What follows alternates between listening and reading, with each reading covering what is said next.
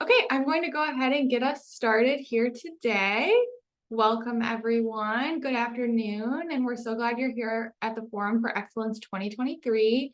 I'm Molly Cook with the Forum for Excellence Planning Committee, and so I'm here for any tech support today. So if you are experiencing any questions with Hooba, just reach out to me and let me know. This breakout session is Universal Design for Learning and Career and Technical Education. And just a few housekeeping items before we get started with our presentation. All attendees here have the ability to unmute yourselves. So throughout, when Amanda asks questions, you have the ability to mute yourself.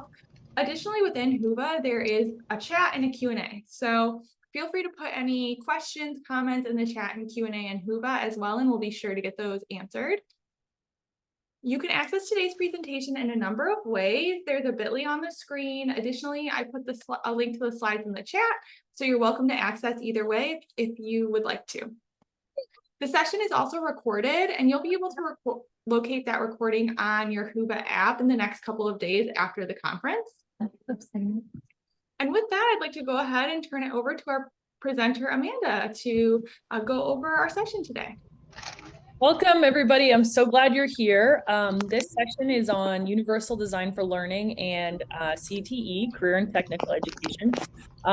Molly will be watching the chat and monitoring it to make sure that anyone who has questions, I can hear from you and you can share those. But I do really encourage everybody to also feel free to come off mic and share your questions out loud.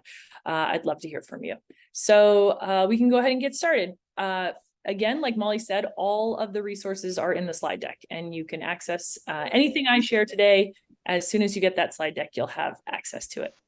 So I wanted to do some quick introductions. I just learned about this way of introducing ourselves. I think it's a great tool. We can use this in our virtual meetings. We can use this in our classroom settings, or even when we're working with administrators or departments. I think this would be a great activity to do with a CTE department. So you introduce who you are, share how you identify, your name, your role, your school. And what I've given you here is an example of how you can do this in a more cohesive way that really shows the whole person. So recently I was in a training, and they gave us access to the slide deck and said everyone should take 5 minutes and make a slide about themselves. So what you have in front of you is the slide about my family. You see my dog. I just moved to Montana, so you can see the house that we've been working on, a picture that my daughter drew of our family. Anthony and Leslie standing here with my daughter. Anthony was a CTE student of mine who was homeless and came to live with us. If you want to learn more, we did a TED Talk about that. Molly, I can drop that in the chat, or I can share that link with everybody. And then you can see my family as my daughter starts first grade. So I think this is a really great activity. I'd encourage you to consider doing this again with your department, with your students, because it really helps us acknowledge that our identities are made up of more than just our title and name. But for now, if everyone could just drop in the chat, what I'd like to know is who you are. You can share how you identify. That might be your role. That might be as a dog lover. That might be as a mom or dad. And then if you could also tell me in one sentence, how do you explain what CTE is? So let's imagine you're getting on an elevator, and you have to explain to someone overhears that you're a teacher, and they say, "Oh, you're a teacher. What is CTE?" So if you want to come on mic, I'd love to hear from you, or if you want to drop it in the chat. Who you are, how you identify, and in one sentence, how do you explain what CTE is?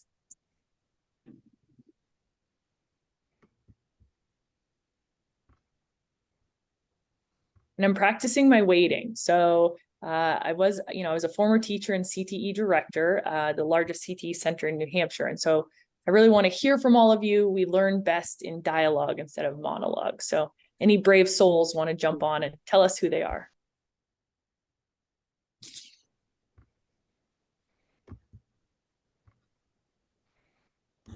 Is that you, Julie? Are you a brave soul? No, I'm trying to figure out how to do this on my phone, and I think I'm going to switch to my computer if that's okay. It's totally okay. We welcome you to share and to join us on your computer. That's great. Okay, I do have to say that I'm here for the UDL part. I'm not sure even what CTE is, and I'm going to be listening. So there you go. Great. That's great. Good, Julie. Thanks. I think Chris is going to tell us, maybe. Chris, are you here to tell us who you are and maybe how you explain what career and technical education is? Okay. Am I muted? Nope, we can hear you. Okay. I'm sorry, what was the question? I logged on and I heard my name. Oh yeah, that's okay. So we're putting you on the spot, Chris. Who are you? What school are you from? And what's your affiliation with career and technical education, if you have one? Sure, my name is Chris Gibson with Kankakee Community College. I'm the Dean for Health Careers. Great. And I'm curious, so some folks are here and they have familiarity with career and technical education, and then some of us don't. That's what I'm gathering from this audience right now. The presentation is on UDL and CTE, but I'd love to hear if folks are coming from a CTE background or not. We have several in the chat. So right now we have, let's hear, John Oliver, Dean of Workforce Development at Richland. Great. Who describes CTE as short-term training for a career. Okay. Elizabeth Farr, Adult Education and Literacy Grants Manager. Heather Davis, Job and Career Readiness Manager, World Relief, DuPage Aurora.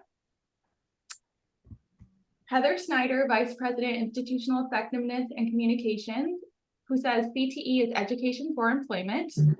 Awesome. Dana Nguyen, Associate Director for CTE at ICPB.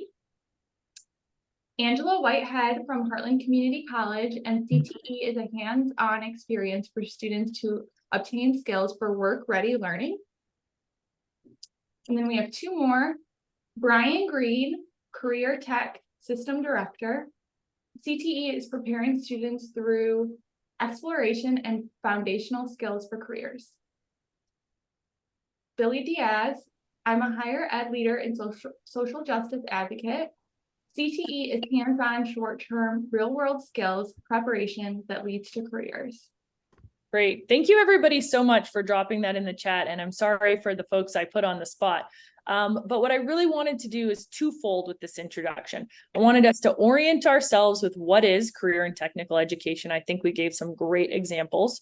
And I wanted us to orient ourselves with this idea that our identity or who we are is made up of a lot of components. It's bigger than just maybe our role or our title, right? And I wanted to create an introduction that helped us see both of those things. So our goals for today, I said this in the earlier session, but my dad used to put us in the car for long car trips, and he would never, he would not stop to let us go to the bathroom. So it was a big game of his to see what his gas mileage could be and how effective he could get there and how fast. So I always like to know where we're going and when we'll be there and how we'll know when we've arrived. So I think it's maybe left over from that. So our goals for this session are, we're going to identify what does UDL, so Universal Design for Learning, look like in a CTE classroom. I want to introduce the core concepts of what Universal Design for Learning is. And then I want to connect those core concepts of UDL to CTE. And then lastly, I want to identify one UDL strategy that you could start using tomorrow to support all of your learners, but especially your students with disabilities in your classrooms. So that's our goal. Those are our goals. So to kick us off, I always like to start with a use case or an example of where we're going, right? This is what UDL looks like in a CTE classroom, or this is the impact UDL can have. So just a quick frame of reference, Universal Design for Learning, we're going to talk about what it is, but it's a framework for teaching and learning, or for designing our learning that supports all learners. So we'll dive deeper into what it is. But for now, what I'd like us to do is watch this video together where we're going to hear from a CTE welding teacher who came from industry, right? Most of our CTE educators, especially at the post-secondary level, are coming from industry. In fact, I am one of those. So I was a reporter and I became a CTE educator, photo video, and then a CTE director of the largest CTE center in the state of New Hampshire. So, and I'll just tell you this, my husband's a CTE teacher, my dad's a retired CTE teacher, and my son was a CTE welding student. So I like to say I like teachers, but I like CTE teachers more. So that kind of gives you a sense of who I am, my background. And then what I'd like to do is watch this video and let's reflect afterwards together. So there will be an expectation that we'll share our thoughts in the chat or verbally. What resonated for you in the video. And then in the video, you'll hear Dennis makes a significant number of changes to his programs and to his lesson design after he learned about UDL. And I'd like to know if any of those changes struck you and why. So in ideal situation, we join a small group, a cohort, and we talk about this in small group breakouts. But today we're going to talk about it as a larger group. So just to recap, we're going to watch this video about Dennis using UDL. He's a CTE welding instructor. And then together, we're going to share our ideas on what resonated and what changes Dennis made that you think will be significant. Okay, my math teacher used to say, any questions, comments, or concerns? Not hearing any, I'm going to go ahead and share this. And I'd like us to really think about this video together afterwards. So we're going to talk about it out loud or in the chat. Hello, my name is Dennis Cornish, and most of you should know me by now, but I am the welding instructor for Berlin High School. Just want to apologize in advance. I don't think I've ever recorded myself for anything like this. I actually had to lean on my son to help me get the OBS together just so I could record a video. I wasn't even really sure how to do that. So hopefully this works out good. I just finished up my first year teaching, and last year when I got hired, I had a lot of goals in mind. I had a lot of ideas that I thought I could use. And I've got the experience as far as welding, and I'm comfortable teaching welding, but I definitely knew I was going to struggle with the theory aspect in class time. So I just want to thank Amanda for the time that she's taken to get this course together. I really do feel like has been relevant for me in a lot of aspects. I've learned a lot of words I've never heard of before. And there's probably going to be words that I may never use again. But I did find that there was a lot of aspects of this that I think I've been using already, didn't even know it. But the one thing I took away, and I was thinking about looking back at what we've learned so far, I'm thinking about Todd Rose and the fact that he said that one cockpit does not fit all. And the fact that, I went into this with a goal of teaching, thinking I was going to present it one way. And the students are going to have to learn it that way. And obviously, through all this instruction we've gone through, we've learned that there's a lot of different behaviors, a lot of different learning styles. There's a lot of different things going on that put this puzzle together. So I've had to really think deeply about what I needed to change as far as my curriculum. I don't have a curriculum. The curriculum I have is basically reading a book and transferring it into a death by PowerPoint. So what I presented to Amanda was a basic general safety PowerPoint that I would go over. But with some of her guidance in some areas, I was able to really, I think, make the PowerPoint come to life, more exciting to look at. So I'm going to try to present this as quick as I can. I've done this several times now, and I just keep running out of time. So I've cut a lot of slides out of it, but I'm just going to try to give you some of the basic information I've done. So just picture a PowerPoint. I didn't really have any videos or pictures or anything, and then this is what I've gone into. So I'm going to transition this over if it works, so you can see the PowerPoint itself. So you should be able to see that now. And I'm going to take you down through. So I started off with background. I know for me, I needed to have some kind of an icebreaker. And I was a little bit nervous working with the kids last year because I didn't know as a teacher how much information can I give them about me and how much information I should ask about them. But it seems as though one of the common themes in a lot of our units was that we need to build a foundation with these students. We need to tear down those walls. We need to tear down the anxiety, the fear of the unknown, and just try to get in a level playing field, which is what I really needed to, because I had just as much fear, I think, as they did, of just not knowing how this was going to work. So I started with some background information. I started by using past employment. I've used pictures of the jobs that I've had or machines that I've built. These two machines here I actually built with my own hands, so it makes it fun. These are roll formers that I've used on the rights of building that I actually built with a group when I was a product manager, sorry. Then I jump down into just some personal stuff about me, putting some things out in the air. I'm going to let them decide which two of those they think are false statements. It just kind of opens up the channels a little bit. Then I kind of turn it back on them, and I ask them some questions, and then we as a class are going to decide which is false about them, about who they are. And then I'm trying to get into signs. I know that one of the big things I failed at was I did not have any pictures in my past PowerPoint. So I think, the tools that we used. And then I like the idea of using exit tickets. I've never ever used an exit ticket before, but I think that really helps with my summative assessment and finding out, what did the students actually learn? What did they retain? Let me see. You want to see what's about the lesson? What can you do to make it safer at home? Can you think of something you've done safe recently? And then suggestions to make it a better lesson. Then I end off with things to ponder on, things to just think about when they leave. So, for me, this is a huge change for me in my lesson plan. I think it's going to really keep the kids engaged. Our course is a very experiential learning course. Let me get out of this and get back to the camera here real quick.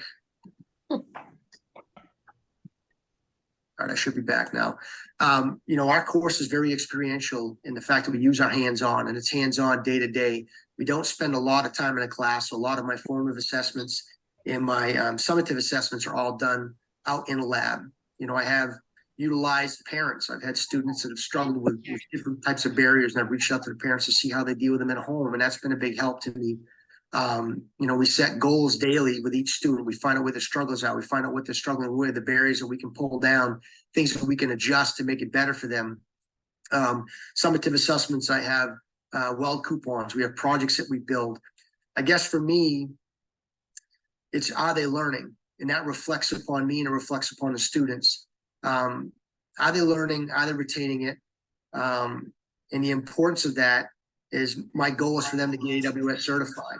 And if they're not learning what I'm teaching, then I need to change that, because we've been defeated if we can't set that goal and meet that goal, and help students understand there's going to be failures. It's okay to fail. I fail every day, and that's how we learn. We learn by our failures. So, it is very important. It is very important for us to focus on our evaluation, which is something I did not do enough of last year, that I'm going to do a lot more of this year, that I should, after a year under my belt, I should have more time to do more daily assessments of the students and really honing in on the skills and honing in on the students that are struggling a lot in a lot of different areas. Looks like my time is up. So I'm going to stop there. So what I want to do now, you heard from Dennis. So Dennis is a pretty typical CTE, what is happening? CTE educator who came from workforce, didn't have a curriculum, and was kind of thrown right in, right? Often our educators were fixing cars in August and teaching a class in September.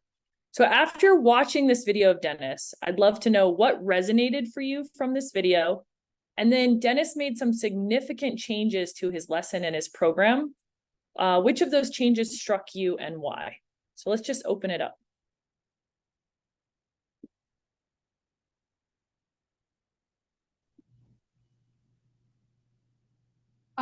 Julie said CAT classroom assessment techniques. Yeah.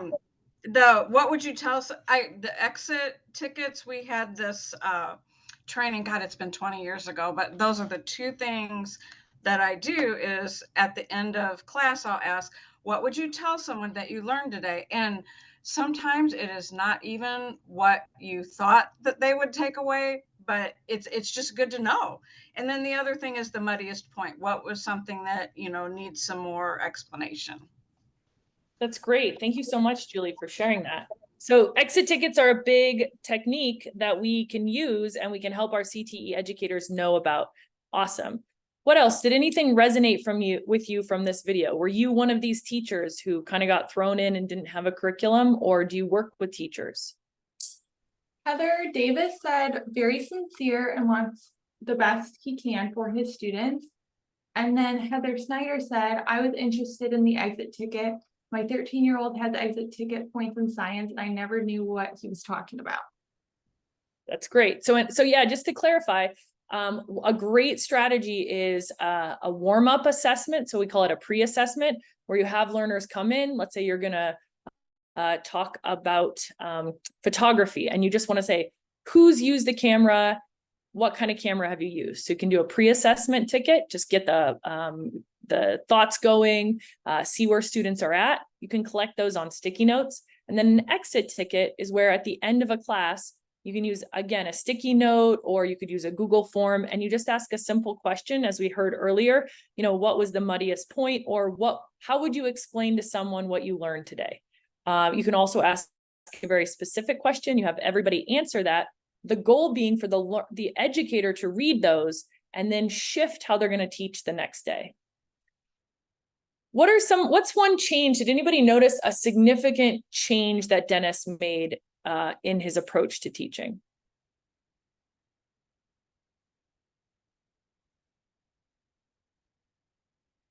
He talked about just in the very beginning, he thought he just, taught things one way, and then just realizing that there's other learning styles and other ways that students learned. I thought that was like the biggest thing to me. 100%. I'm not sure who said that. I can't, I didn't catch your name, but that's exactly, I totally agree. So that was Dennis's biggest shift. He thought he would come in and teach one way, and the students would have to learn that. And you heard him saying that. And at the end, he said that he really realized that he had to shift how he was teaching, meet the learners where they're at. And I think this takeaway, if you haven't read John Hattie's Visible Learning, one of the best ways, one of the biggest impacts we can make on student learning is if we are learners of our own teaching. So what Dennis ended up doing, I want all the learners to get their welding certification. If I don't reflect on how I'm teaching, then I'm missing the boat. I'm not going to be able to get them all there. So really shifting that mindset to it's the learner's responsibility to learn, and I'm just delivering the content, to it's my responsibility to understand if I'm doing a good job teaching and how I'm teaching. Any other comments or thoughts people want to share? Julie? Okay, it's Julie. Oh, Sorry. go ahead. Go ahead, Julie. Oh, I was just going to say, at the very beginning, he talked about, kind of like the icebreaker, but I like the background and the foundation and helping eliminate the anxiety and fear and telling them about himself, because I think whenever you let students know that you have the same kind of anxiety, then, it goes much better, because then they understand you, you understand them, and life is, you go on your journey. Absolutely. And I'll just say again, remembering that a lot of our teachers, especially our CTE teachers, are coming from industry or don't have as much teaching experience or haven't had that same pedagogical background. There can be trepidation around how, like Dennis said, how much do I share about myself? One great way to start is to connect it to the industry. So Dennis shared, here's some buildings I built. Here's the work I did when I was a product manager, right? All those are safe starter places for Dennis to share about his background and then open up and learn about the students. Molly, did you have anything else you wanted to add? Yeah, we had a few in the chat. So Julie Baser said, was it how he was connected with students, what he shared about himself? And then Chris Gibson said, coming from the industry and into the classroom, it was very easy to revert to how you were taught 15 or 20 years ago. And that was to lecture and the students take notes. No questions asked. I learned that you have to meet the needs of the auditory, visual, and kinesthetic learners. Yeah, those are great points. Thank you, everybody, for sharing.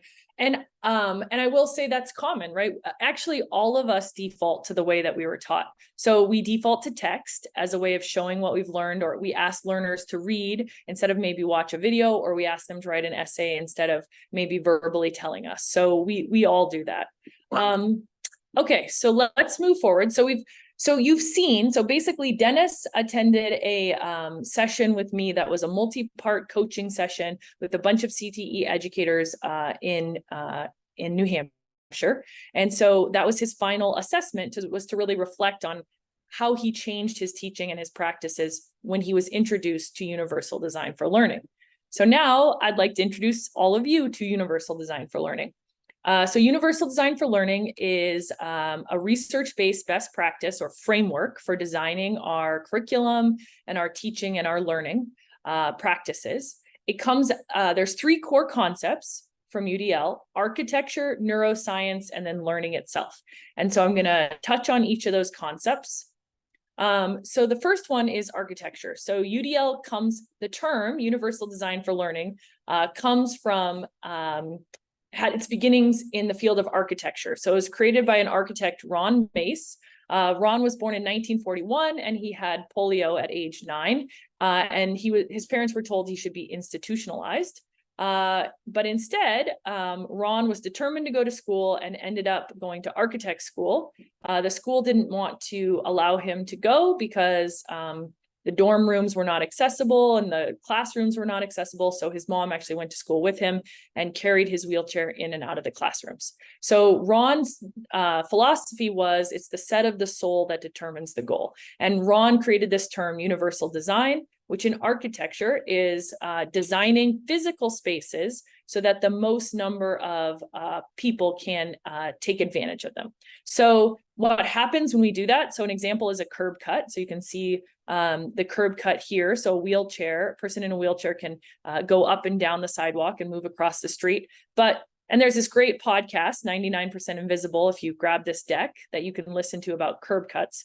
But what's interesting is when we design sidewalks and spaces with curb cuts, we actually benefit a large number of people. So in this visual, you can see that we benefit people pushing strollers, people pushing, people on bikes, people pushing heavy equipment. So many people benefit when we design for folks in the margins. And that's the idea of architecture. So in UDL, we say the barrier is in the environment, not in the learner. So the barrier in this case was the environment that Ron Mace was in. It was not Ron himself, right? And I like to tell this story. I think I told you my husband is a CTE educator, woodshop, construction educator. During COVID, he had to teach from home. So I had the great idea that he should build me raised beds, of course, and then teach the students how to do that. I planted tomatoes and I planted peppers, watered them the same. The peppers did not do well. They needed less water than the tomatoes. They were all gushy and they didn't grow very well. The idea here is it was not the fault of the peppers or the tomatoes, right? It was the fault of me. So it was the environment that I created. It was not the fault of the learner or the tomatoes in this case, or the peppers. So UDL versus differentiation. We know what differentiation is, right? It's this idea that when we have a learner come into our classroom, we change the curriculum or modify for that learner's needs. Now, if you have 20-something or 40-something kids in your class, depending if you're secondary, post-secondary, what you teach, that's a lot to ask a teacher to do. UDL says, let's proactively design from the beginning so that we don't have to retrofit or change later. So when we think about architectural spaces, once the legislation came out that all buildings had to be accessible for people with disabilities, people started putting these ramps up, right? So this building is an old building with stairs. And so they put a ramp up the back so that's how they can make it accessible for people with disabilities or people with wheelchairs. What I find very ironic, if you look at this picture, is that sign that says disabled person entrance at rear of building, you actually have to go up the stairs to read that sign. So you have to walk up those stairs to read the sign to then enter the back, right? So there are consequences when we retrofit. Better to proactively design. So that's one of the core concepts is architecture. The next one is neuroscience. So variability is the term we use to describe this idea that no learners are the same. So if you teach CTE welding, you might have a learner come into your classroom who's in a wheelchair or who has a visual impairment, but you might also have a learner come into your classroom who's been welding with his mom or his dad in the garage. You might have a welder student come into your classroom who's never welded anything in their life, right? So we have variability across all ranges within our classrooms.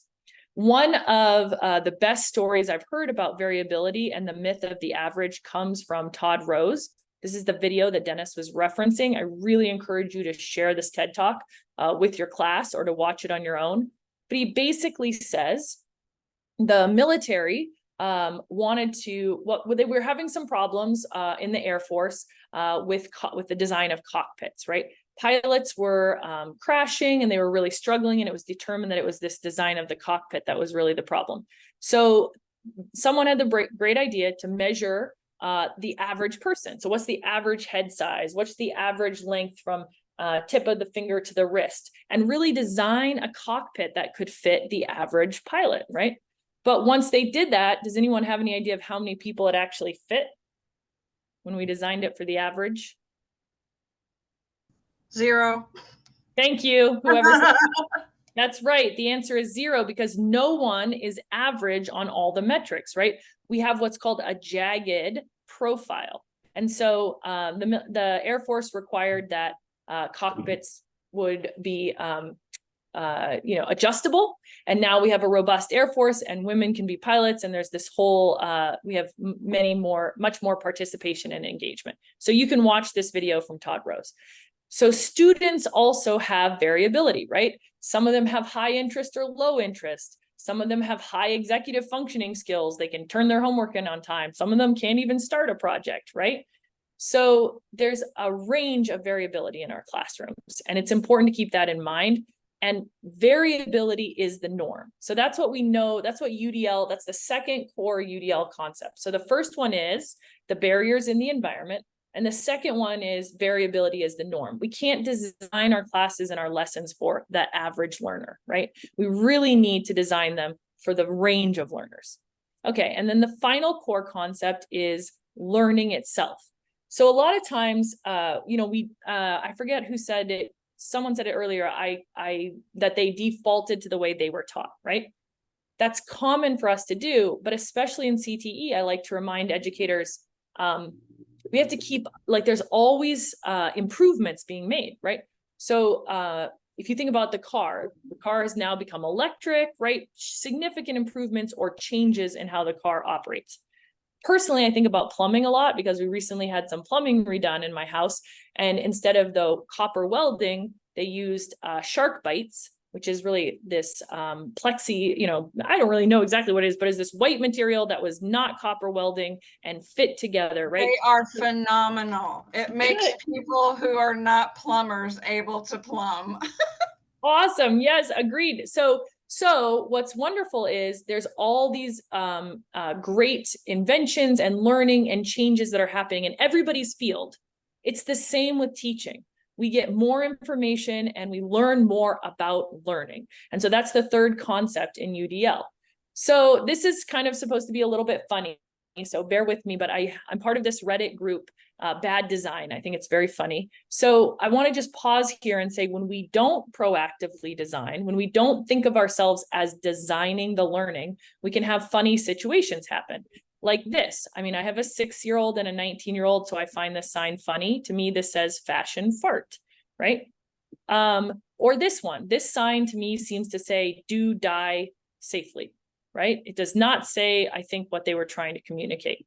And then lastly, if you count the number of bananas here, I continuously count 6, and yet the number says 5. So if we aren't careful when we proactively design, we can give a funny message or a wrong or a confusing message or a downright wrong message. So universal design for learning is especially useful for our CTE educators because it gives us a way to design learning that's proactive and thought about ahead of time, right? So that last core concept, so the first one is the barrier is in the environment, not in the learner. The second core concept is that variability is the norm. And the third core concept is if we know variability is the norm, then we can predict it and we can design for it, right? We know we're going to have learners come into our classroom with ADHD. We know we're going to have learners come into our classroom with trauma. We know that we're going to have learners come into our classroom who've never put on a welding helmet, who know nothing about automotive, right? So we can then design for it. So I want all of you to think of yourselves as learning designers. I invite you to think of yourselves as learning designers. And what that means is we need to think about how we're constructing the learning environment for the widest range of learners. Just like we build a building, we don't want to put those stairs up and then make somebody go around the back and go up the ramp, right? We want to design our learning environment so the largest range of learners can participate. And the way we do that is we solicit feedback from the students. You heard Dennis talking about trying to get feedback from his students. We rely on data and we ask ourselves, is it working, right? We continuously ask ourselves, is this working? So universal design for learning is this flexible framework based on the core concepts we talked about that you can use to proactively design the learning environment. The biggest idea in UDL is that you want to provide options and choice around how learners engage, how they perceive or consume the information, and then how they express what they've learned. So I think of it like this, like when I was in high school, I was always that kid sitting in the front row, blurting out answers. Like that's how I engaged. I was loud and kind of wanted to be talking. But I have friends who engage by sitting in the back and they need the content ahead of time and they like to reflect on it. So what we want to do in our classrooms is provide options and choice around how learners can engage, how they can perceive. So have we provided captioning with the videos, and then how they can express what they know. So the express what they know, I always think about driver's ed.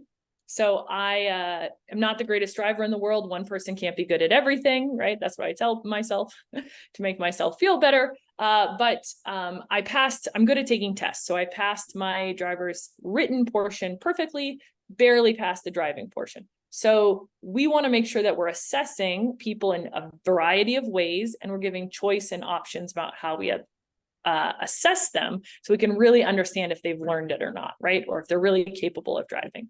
So let me give you an example. So a lot of people are like, okay, Amanda, UDL makes sense. I get it.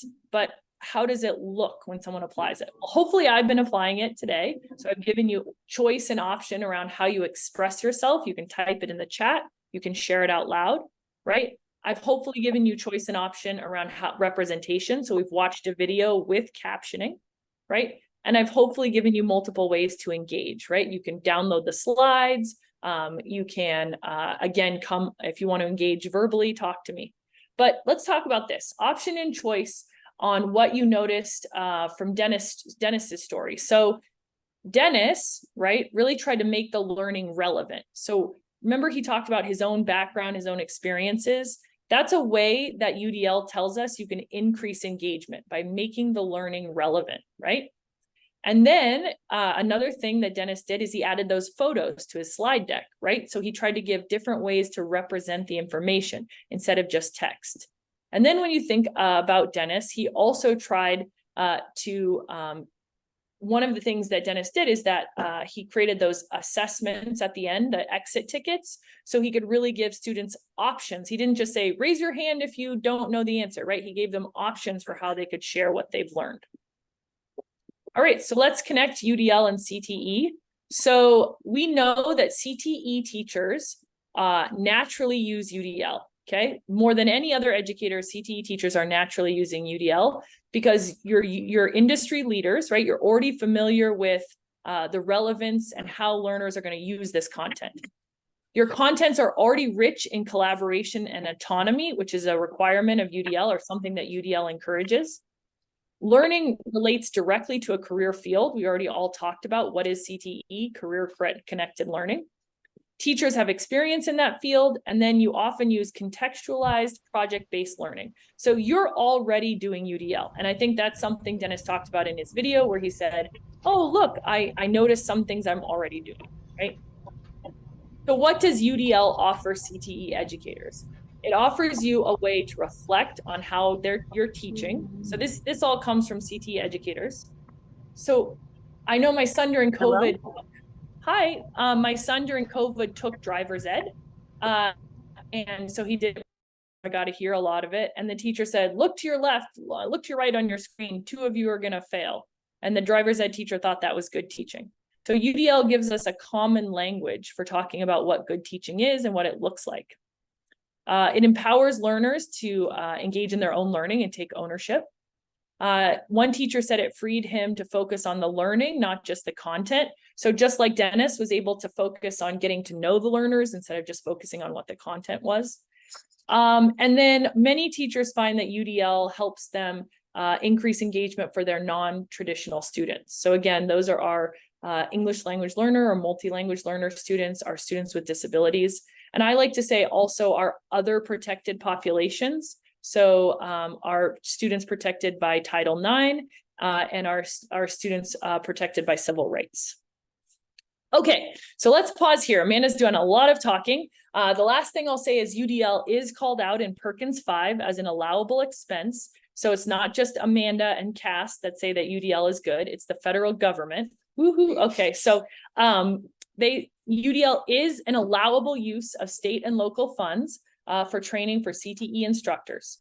So let's pause here. Can you guys share with me what's something that you want to know more about UDL? Something that you've learned about UDL, or something you already knew about UDL. So this is a strategy you can use in your classrooms. Know, want to know, and learn. It's called a KWL. I'm not asking you to do all three of these, but it'd be great to hear from some of you, what do you want to know more about, or what's something you learned about UDL today, or what's something you already knew. So I'm going to pause here. I see Molly is going to monitor the chat, but I'd also invite folks to come on screen or just at least come on microphone.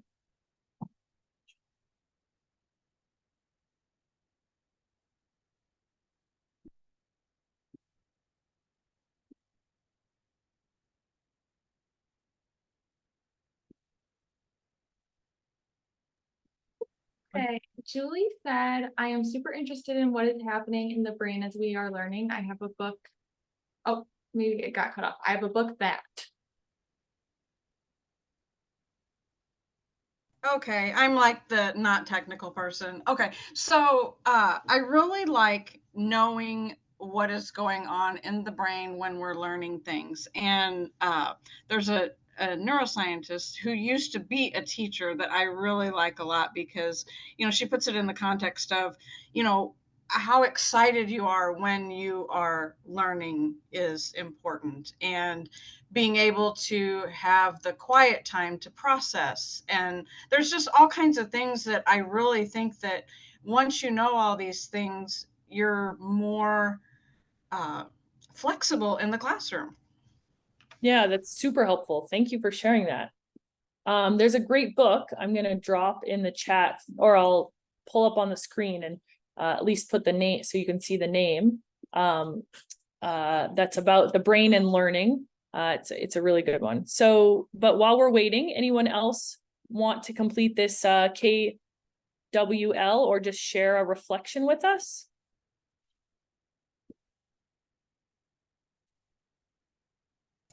It's called Emotions, Learning, and the Brain, exploring the educational implications of effective brain science. And her name is Mary Helen Emerdino Yang. And I'll put it in the chat if anybody's interested.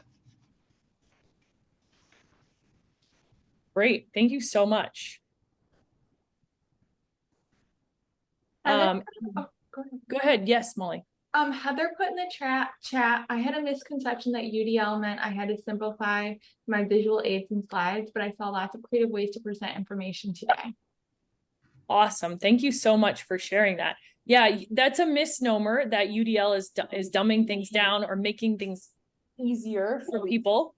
But that's actually not true. So what UDL is really keeping the same goal, but offering multiple ways to get to that goal. So what you see in front of you is How the Brain Learns. It's a great book by David Sousa that I would also encourage you to check out if you're interested in that brain science and brain learning research. Okay, so now I promised you at the beginning that I would give you a tangible strategy that you could roll out in the classroom tomorrow. So that comes from UDL. Really quick before I do that, I just want to showcase the UDL guidelines. If you're wondering, how do I actually do these strategies? Let's say you go on the framework and you say to yourself, how do I actually optimize individual choice and autonomy? Amanda, how do I really do that? UDL has this CAST has an interactive version of the framework where you can click on there and you can get some very clear, tangible strategies. So allow learners to participate in the design of the classroom activities. Involve learners whenever possible in setting their own goals. So I just want to make it clear that if you're looking for those really tangible strategies, they exist. Okay, but here's one I'm going to give you. So providing feedback has a huge, how we provide feedback has a huge impact on our learners, how they learn and their engagement for learning. So I want to give you a tangible strategy you can take home. Mastery-oriented feedback is a research-based strategy for giving feedback called out by UDL as a best practice that says, we want to give feedback in a way that encourages perseverance, that focuses on the development and self-awareness, encourages the specific use of supports, is frequent, timely, and is informative rather than comparative or competitive. So what does this mean? It means that we really want to give mastery-oriented feedback. So that's not just saying, good job, you did great, right? Mastery-oriented feedback would say, I can tell you really persevered on this project. I can tell that you worked hard to accomplish this goal. I can tell that you used Google speech to text to accomplish this. That's a great strategy for you to use. And I give the feedback frequently, timely, and it's specific, right? And that's when in the video with Dennis, we talked a lot about doing formative assessments, really trying to check in with students along the way, not just a big summative assessment at the end, right? And we give them information through that formative assessment. I can see that you're struggling with this. Let me help you, right? So we want to think about mastery-oriented feedback. And the research tells us that when we use these strategies, our learners will be more likely to persist. So they won't give up as easily when they hit barriers, they'll continue to try. And so they did research on this and they said, they had teachers, some teachers commented, I'm giving you these comments. Well, some teachers just gave traditional feedback, but some gave very specific kinds of feedback that was mastery or wise feedback. It has 3 components. It has to be descriptive. So it tells you why you're giving the feedback. You have to tell the student why you're giving them that feedback. This is important because young people, students, they often see the teacher as, if the teacher says you didn't do well on this assignment, the kid will take that very personally, right? Their brains as high school, middle school, college age, really self-centered, self-focused. And so they're not able to differentiate between who they are and the work they've done. So we want to say, I'm giving you this feedback on your project, right? We want to say to the student, I have high standards. I want you to become a welder. I know you can become a nurse. So I have high standards for your achievement. And then we want to assure them of their ability. So we want to say, I know you can do this. I know you can be successful. So the feedback is descriptive, talks about high standards, and assures students of their ability. Most of us do one of these 3 things more than others. I'm curious, do you see yourself when you give feedback, which of these are you doing more frequently?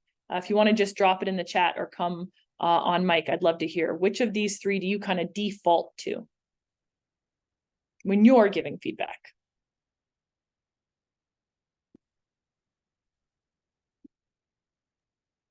Julie Basser says high standard.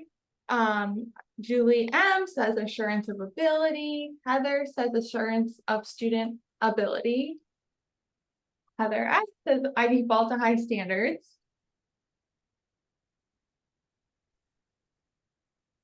Great. So what I want to encourage you to do as you leave this session and really thinking about designing is check out UDL, check out the Brain and Learning, which we've shared some books with you, but think about how you're giving feedback. You know, how are you giving feedback to students? Are you making sure that it's descriptive? You're telling them exactly what you're giving them the feedback on? Are you making sure that you're setting those high standards, but you're also assuring them that they can do it? A way to assure them is, you're in my class, you're going to learn what you need. I know you can do this. I've seen you persist before. I've seen you use other resources. The library is available. So really trying to give feedback that has these 3 components. Okay, so next steps. So here's the thing. Most of us, when we go to PD, we think it's great, just like this one, best PD you've ever attended. I know, don't worry. But we don't really implement. So it's like something like 80% of people who go to PD don't implement the learning. So one way we can sort of shift that and make sure we're implementing something is if we call out or identify what we're going to do when we return to our classroom or we return to our school environment. So what I'd like everyone to do in the chat or out loud, come off mic, is share with us, based on the learning today, I will. So try to share a very tangible next step that you can take based on the learning today. And let me just pause and invite people to, I'll put up the survey. I'd love feedback on this presentation, but I'll share that in a minute. I want to give everybody a second to just think about, based on the learning today, I will. And I'd love to hear your answers, because other people will benefit from hearing your response.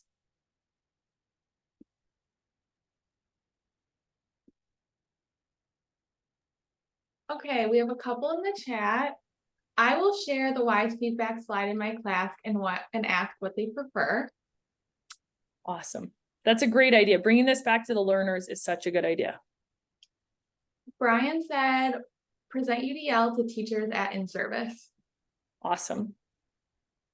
John said, based on the learning today, as the dean of a division, I'm taking this to my next division meeting for my CTE faculty. I will be able to better assist faculty. Yeah, that's great. So Molly is going to drop my email in the chat as well, abastoni@cas.org. Please reach out if you want additional resources, or you have more questions, or you want to collaborate on a project in the future. Happy to hear from you and share those resources. And then lastly, I would ask everyone to complete the feedback survey and let me know how I can improve this session to make it more useful to all of you. So if you can use this this QR code, and I think that Molly will drop the link to the feedback survey in the chat, so that you can let me know how I can do better, or what worked or didn't work for all of you. And then I want to end by just sharing with you, I have provided some resources. So I have the link to the UDL guidelines. I have a free UDL book in here for you. So please feel free to use those, or to email me if you want additional resources. And so what I'm going to actually do now, we have a few minutes left. If anyone would like to share their biggest takeaway, I'd love to hear that. Or if you have questions about UDL, please just take a minute, come off mute, ask questions, or put them in the chat. I think now is a time we can all sort of think together about UDL and CTE.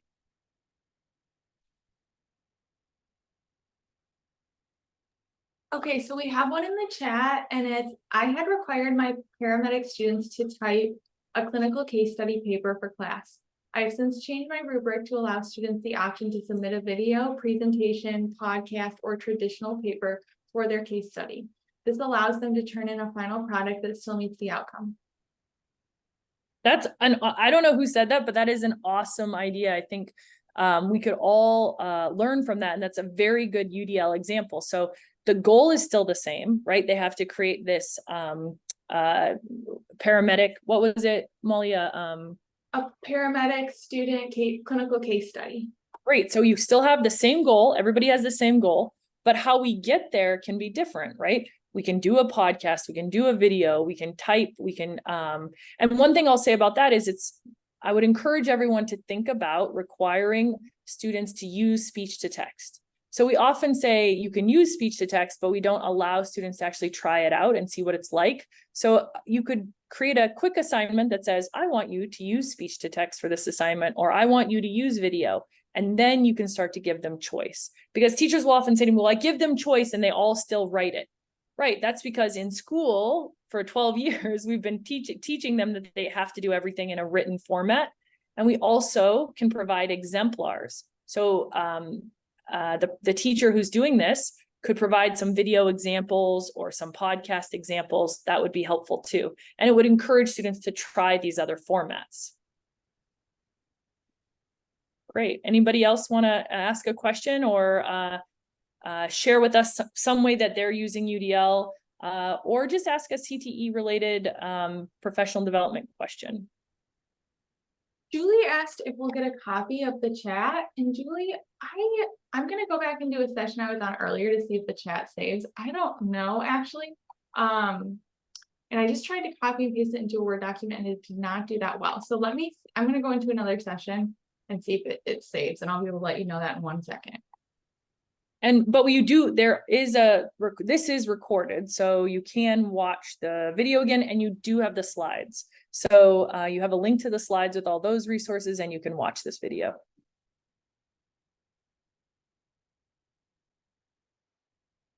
All right, well, I guess we ended 5 minutes early. If there aren't any other questions, comments, or concerns, we could also stop recording and then people might ask questions.